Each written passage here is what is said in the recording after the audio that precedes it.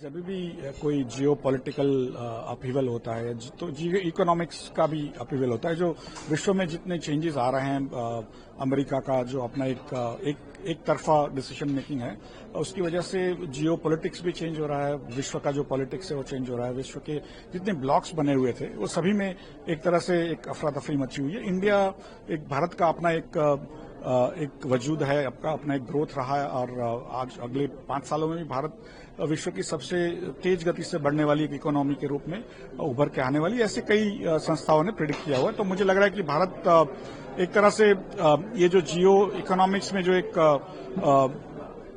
ज्वार भाटा आ रहा है तो उसमें भारत एक तरह से अलग है, लेकिन एक अपॉर्चुनिटी भी हमारे लिए बन रही है कि जो हम मैन्युफैक्चरिंग सिस्टम्स एंड एक्सपोर्ट्स में उतने अच्छे नहीं थे, उसमें अब चाइना से जो लोग जाना चाहते हैं वो इंडिया को एक अच्छा अल्टरनेटिव मानते हैं। और कई एप्पल, सैमसंग वैसी कई बड़ी कंपनियां जिनका सप्लाई चेन बहुत कठिन माना जाता है, उसको भी इंडिया ने ब्रेक करके आज एक्सपोर्ट में अपना नाम कमाया। तो मुझे लग रहा है कि ओवरऑल इंडिया के लिए बहुत बड़ी अपॉर्चुनिटी है।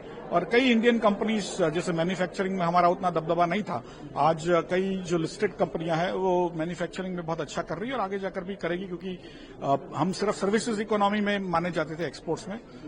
आज हमारी जो गिनती है वो विश्व के बहुत हाईटेक मैन्युफैक्चरिंग नेशंस में भी होने लगी है। रिटेल पार्टिसिपेशन किस तरह? पिछले 30 सालों के पहले 94 में जब एनएससी शुरू किया तो करीब 10 लाख से कम निवेशक थे भारत में।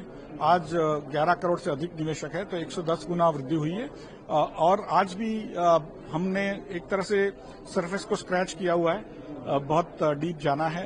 एक तरह से अच्छा प्रोग्रेस है, लेकिन बहुत सभी लोगों को साथ में लेना है, जिससे जो भारत अपने ही ग्रोथ को खुद ही फाइनेंस करे। और एक समय आ गया है कि जहां पर रिटेल निवेशक का एक दबदबा बना है। पहली बार पिछले 20 सालों में रिटेल निवेशक थ्रू म्यूचुअल फंड या डायरेक्ट दोनों मिला के एफपीआई से ज्यादा होल्ड करते हैं। और भी जो एक तरह से देखने मिल रहा है कि भारत का जो रिटेल निवेशक है उसको भारत के एंटरप्रेन्योर्स पे, भारत की इकोनॉमी पे ज्यादा विश्वास है। इसलिए हर महीने करीब 25 से 30 हजार करोड़ रुपया एसआईपी वगैरह के द्वारा स्टॉक मार्केट में निवेश हो रहा है। और इसी की वजह से जो स्टॉक मार्केट का भी ग्रोथ हो रहा है, नई नई कंपनियों को बल मिल रहा है, उनको अपने लिए पैसे मिल रहे हैं जिससे वो ग्रोथ कर सके।